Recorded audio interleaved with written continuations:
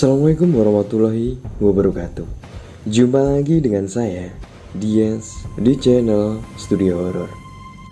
Kali ini saya akan membacakan cerita dari pemilik akun Twitternya, Zero Point, dengan judul "Tolong bunuh aku lagi, jika tidak, aku yang akan membunuhmu."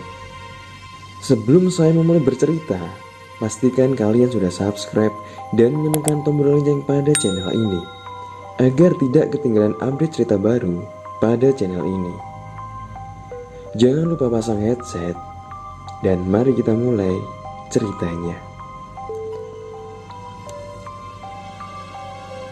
Arwah penganut ilmu hitam yang terbelenggu menjadi pocong. Jujur, dari semua urban legend, saya paling ngeri dan malas berhubungan dengan pocong. Selain baunya yang bikin gak tahan, rupanya yang bikin nyali drop.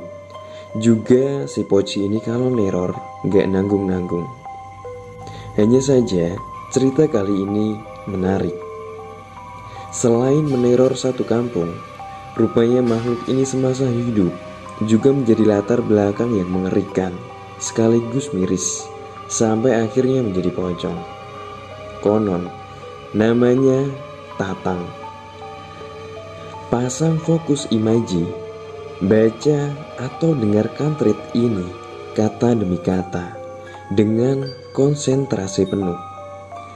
Saya akan mentransfer energi melalui setiap kalimatnya.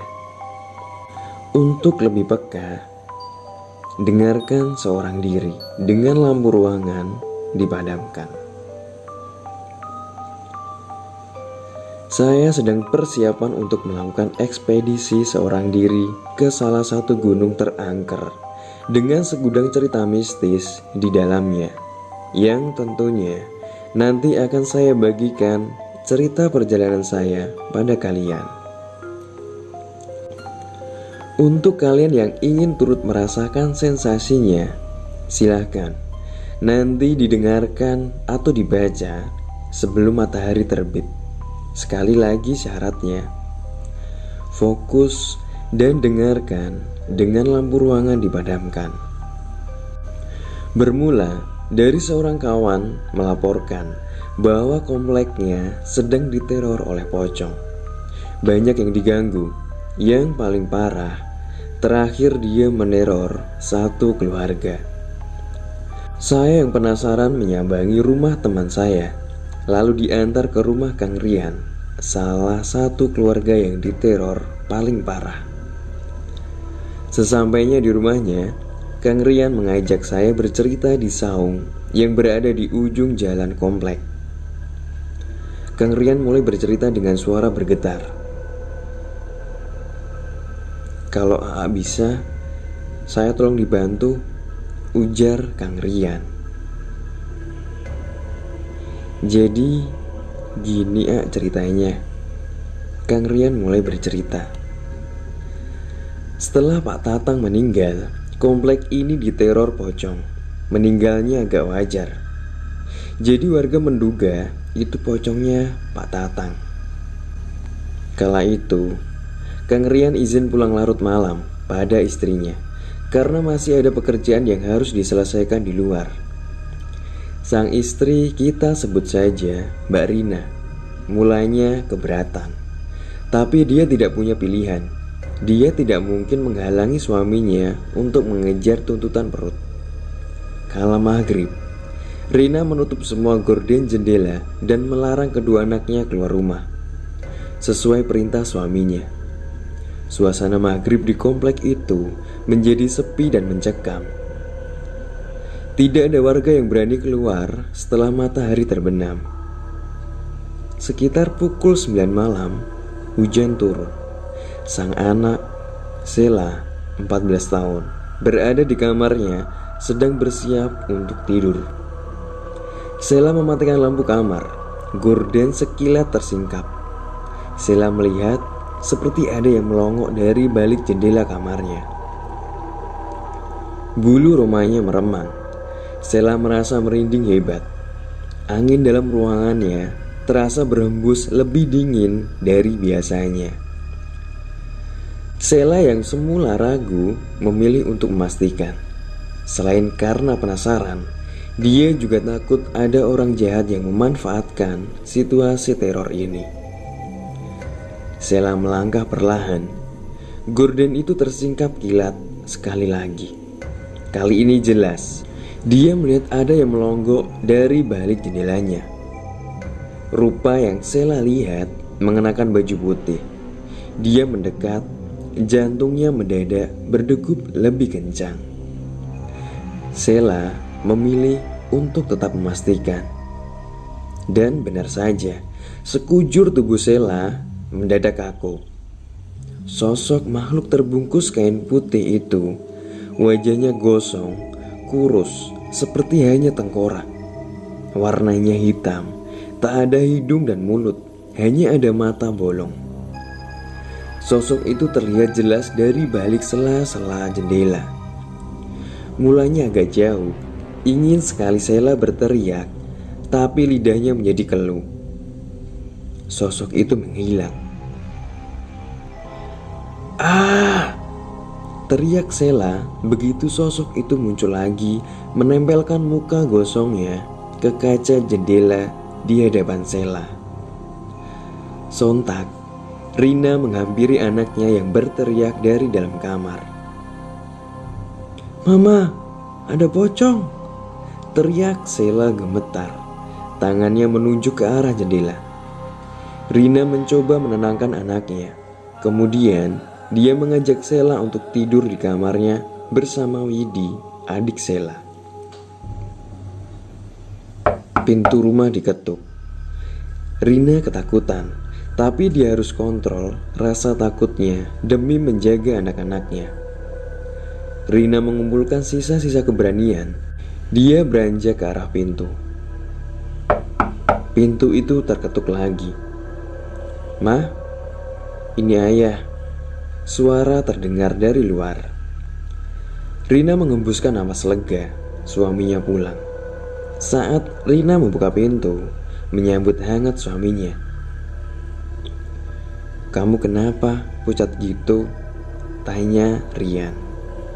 "Masuk dulu, ajak Rina." Mereka masuk ke dalam. Pintu lalu ditutup. Baru 2 langkah pertama, pintu sudah terketuk lagi. Kali ini tanpa jeda. Dan teror dari cerita ini masih berjalan dan bersinggungan dengan saya. Setiap melanjut untuk menuliskan cerita ini, dia selalu datang ke saya dan meminta tolong. Tapi harus dilanjut agar urusan dengan dia selesai. Jadi, kalian tolong temani saya malam ini. Lanjutkan cerita ini. Suara ketukan pintu itu semakin keras. Kang Rian yang kesal dengan suara ketukan tak sopan itu berbalik arah. Sosok pocong berwajah gosong, bermata bolong dan kurus seperti hanya tengkorak dan kulit, sedang berdiri tepat di hadapan Kang Rian. Wajah mereka hanya berjarak 1 jengkal. Kang Rian terpental ke belakang. Kakinya mendorong pintu, menutup keras. Tak kalah terkejutnya, Rina juga shock. Dia ketakutan mendekap erat suaminya. Tubuhnya gemetar, ingin berteriak, namun lidahnya keluh untuk mengucap barang sepatah kata. Kang Rian menghela nafas, menenangkan diri. Dia mengajak seluruh anggota keluarganya untuk salat berjamaah. Ketika sholat, Rina yang berada di barisan paling akhir merasakan ada sosok lain di belakangnya yang mengikuti gerakan sholatnya. Karena ketika sujud menurut Rina, dia merasa kakinya tersentuh oleh sesuatu mirip kuncup pocong. Dia mencoba untuk fokus dan memejamkan mata. Syukur, setelah mereka melaksanakan sholat, teror berhenti. Mereka tidur bersama di ruang tamu atas permintaan Kang Rian untuk menghindari hal-hal yang tidak diinginkan. Esok harinya, Kang Rian bercerita pada tetangga dan himpunan pengurus kompleks mengenai kejadian yang dialaminya. Tentu seisi komplek menjadi heboh. Pasalnya, teror pocong ini tidak hanya terjadi pada keluarga Kang Rian, tetapi satpam komplek, orang yang lewat tengah malam, beberapa kali ditambahkan oleh wujud setan bungkusan itu. Karena kejadian teror berkepanjangan ini, warga sepakat untuk menambah lampu penerangan jalan yang tampak sudah redup. Warga pengurus komplek dibantu oleh sukarelawan, kepala keluarga lain termasuk Kang Rian. Besok malamnya memasang tiang penyangga dan lampu penerangan jalan baru. Kenapa masang lampu dilakukan malam hari? Pasti itu pertanyaan kalian. Karena mayoritas warga di sini hanya memiliki waktu luang pada malam hari. Siang harinya mereka memiliki aktivitas lain di pekerjaannya masing-masing. Malam itu, sekitar pukul 11 malam, warga yang akan ikut memasang lampu sudah berkumpul di pos jaga komplek. Namun kegiatan baru benar-benar dimulai pukul 1 dini hari. Beberapa titik baru yang tersebar di perumahan yang cukup luas ini sudah mereka pasang. Hingga akhirnya pada pukul 3:30 kegiatan tersebut masih belum selesai. Masih ada 4 titik terakhir yang perlu dipasang. Kali ini mereka sedang berada di area terbelakang komplek, di mana di sana ada rumah besar setengah jadi milik almarhum Pak Tatang. Hawa tak enak dan merinding mereka rasakan meski berusaha mengabaikan karena sedang beramai-ramai. "Saya ke pos dulu, nyeduh kopi." "Pada mau nggak?" ujar Pak Rian. 5 suara menyaut serupa. "Boleh, Kang." Kang Rian menuju ke pos jaga, tempat kopi dan termos diletakkan. Menyeduh kopi merupakan peralihan Kang Rian karena tak kuat dengan hawa dekat rumah almarhum Pak Tatang. Apalagi peristiwa terakhir yang dialami keluarganya masih terbayang jelas di kepala Kang Rian. Setibanya di pos jaga, Kang Rian tidak melihat siapapun di sana. Semua orang sedang berpencar untuk memasang lampu jalan dan ronda keliling. Kang Rian langsung menyeduh 5 cangkir kopi. Tak lama berselang, ada suara tak asing menyapanya. "Sudah belum?" ucap suara tak asing tersebut. Sontak Kang Rian menoleh. Betapa terkejutnya dia melihat sosok almarhum Pak Tatang di hadapannya. Tapi kali ini mengenakan kemeja coklat seperti pakaiannya sehari-hari. Hanya saja wajahnya pucat pasi. Sekujur tubuh Kang Rian kaku, ingin berlari 1000 langkah, tetapi berteriak saja dia tak mampu. Badan Kang Rian gemetar, matanya memejam sambil dalam hati merapalkan, "Astagfirullahaladzim." "Sudah belum, Kang?" ucap sosok itu sekali lagi. Kang Rian membuka mata, tubuhnya roboh ke aspal. Begitu melihat sosok di hadapannya, sudah berubah wujud menjadi pocong, berwajah gosong. Matanya bolong persis seperti yang terakhir dia lihat. "Tolong bunuh saya. Jika tidak, saya yang bunuh kalian," ujar sosok itu dengan suara memekik. Berikutnya, Kang Rian tak sadarkan diri. "Sampai sekarang, saya masih merinding, Kang, tiap malam. Orang-orang bilang itu memang pocongnya Pak Tatang. Sebelum dia meninggal, keluarganya dulu meninggal satu-satu. Semuanya meninggal gak wajar," cerita Kang Rian kepadaku.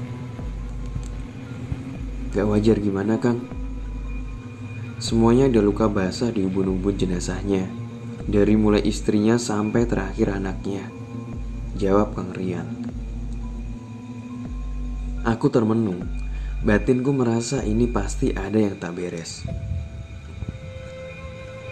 Katanya, Akang bisa bantu saya lah Kang, sama warga di sini, ujar Kang Rian yang sepertinya sudah terdoktrin oleh temanku untuk memintaku melakukan hal ini.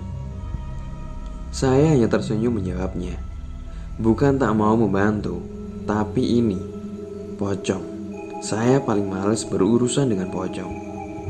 Tapi di sisi lain, saya sangat penasaran dengan alasan pocong itu meneror satu kompleks sampai mengucap seperti itu ke Kang Rian. Di luar itu, saya khawatir jika tidak dibereskan, takut nantinya akan ada korban. Karena makhluk yang mampu meneror seperti itu, berarti dia memiliki aura yang sangat kuat. Bisa juga seperti yang diduga warga, karena pengaruh ilmu hitam yang menjeratnya. Teman saya terus menghubungi untuk meminta saya melihat. Karena dorongan rasa penasaran, akhirnya malam itu saya memutuskan untuk melakukan ritual mediumisasi.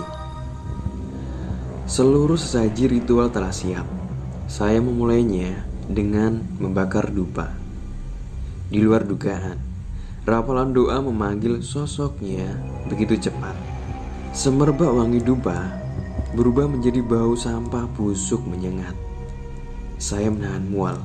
Dia berdiri tepat di garis pembatas yang saya siapkan. Karena banyak alasan, saya paling tidak ingin berdekatan dengan makhluk jenis ini. Untuk itu, saya siapkan dia garis pembatas agar dia tidak mendekat. Jangan lewat dari situ kalau kamu ingin berbicara dengan saya, seruku. Persis seperti yang diceritakan Kang Rian. Pocong itu berkulit gosong, matanya bolong, kurus, seperti hanya tengkorak terlapisi kulit hitam pekat. Ditambah yang saya lihat ini, bermuka rata, tanpa hidung dan mulut. Baunya benar-benar busuk, menyengat ke hidung. Sekuat tenaga, saya tahan agar tidak muntah. Kamu siapa? Kenapa kamu meneror warga? Tak lama berselang, mata saya terpejam. Dia membawa pikiran saya memasuki peristiwa yang dialaminya. Dia seorang juragan beras dan distributor sayur mayur di pasar. Tokonya banyak di mana-mana. Pelanggannya juga tersebar dari kota sampai ke pelosok desa. Dia dikenal sangat ramah. Memiliki keluarga kecil dan 2 anak. Kehidupannya nampak sempurna sebelum dia memperlihatkan bahwa kesuksesannya diraih melalui jalan pintas. Bertahun-tahun gagal membangun usaha, berkali-kali bangkrut, dan hidup susah membuat Tatang frustasi. Dia dan istrinya terbujuk rayu dukun untuk melakukan persugihan yang harus menyerahkan anak turunannya menjadi pengikut iblis dengan iming-iming jaminan duniawi. Semula hanya ada penumbalan ayam cemani dan kambing hitam.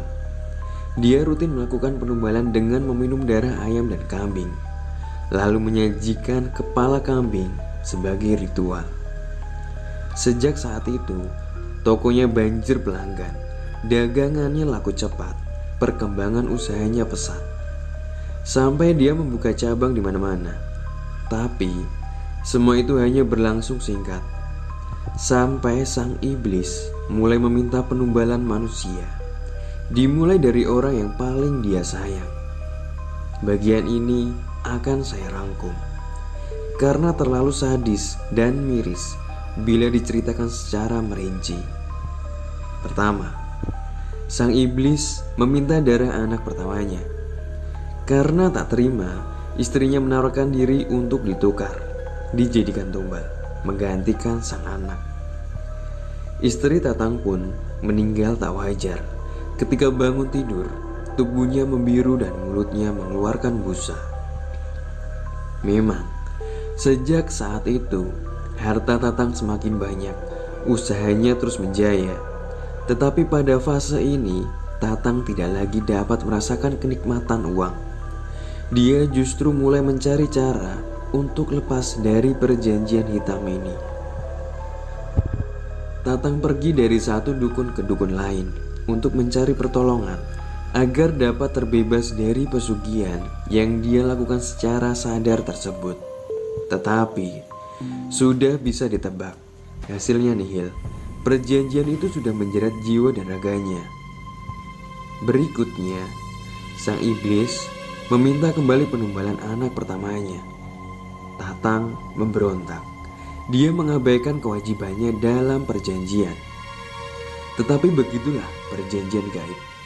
Ada hukum konsekuensi atas setiap hal yang kita perbuat. Sejauh apapun Tatang menghindar, iblis itu tidak akan pernah berhenti mengejarnya. Anak pertama Tatang meninggal persis seperti sang ibu, disusul oleh anak keduanya, dan terakhir dia menggantung dirinya, bunuh diri. Seluruh jasad mereka memiliki ciri-ciri serupa, yaitu luka basah di ubun-ubunnya. Mungkin para pelaku supranatural dan indigo lain ada yang bisa memberi penjelasan spesifik mengenai hal ini. Tatang bunuh diri karena dia tak ingin melukai orang lain lagi. Dia berpikir, dengan bunuh diri, maka perjanjiannya dengan iblis otomatis terputus. Ternyata, hingga dia mati, arwahnya menjelma pocong, dan dia masih akan terus mencelakai orang. Karena pengaruh ilmu hitam yang telah menguasai dan merenggut jiwanya. Tolong bunuh aku lagi. Jika tidak, aku akan terus membunuh orang, ujar Tatang. Dia meminta bantuan agar dirinya harus dimusnahkan. Aku tak kuat berlama-lama, baunya sangat menyengat. Dupa yang aku bakar tidak wangi lagi, melainkan mengeluarkan aroma busuk yang menyerbak. Aura negatif dia juga semakin menjadi-jadi. Khawatir, jika tidak segera dihentikan, dia akan lepas kendali dan malah menyerangku. Mengetahui hal tersebut, jujur aku merasa miris dan prihatin. Dia menyadari kesalahannya di situasi yang sudah terlambat. Tapi benar katanya, dia harus dihentikan. Jika tidak, akan membahayakan. Pada kasus ini, saya sharing dan meminta bantuan pada Uyut yang sekaligus menjadi guru pembimbing spiritual saya. Tidak tahu bagaimana selanjutnya, doakan saja. Semoga ada jalan penyelesaian terbaik. Kisah di atas sudah saya rangkum. Bila saya ceritakan semuanya, rasanya akan terlalu panjang. Termasuk banyaknya teror-teror mengerikan yang menyerang warga dan latar belakang Tatang yang sangat memprihatinkan.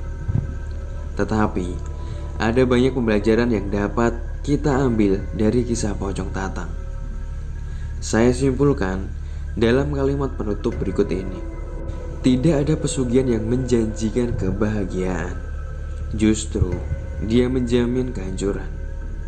Dunia fana, tetapi jiwa abadi selamanya sampai kehidupan selanjutnya. Sekian cerita ini. Semoga kalian dapat mengambil hikmah bahwa pesugihan itu adalah musyrik. Sekian dari saya.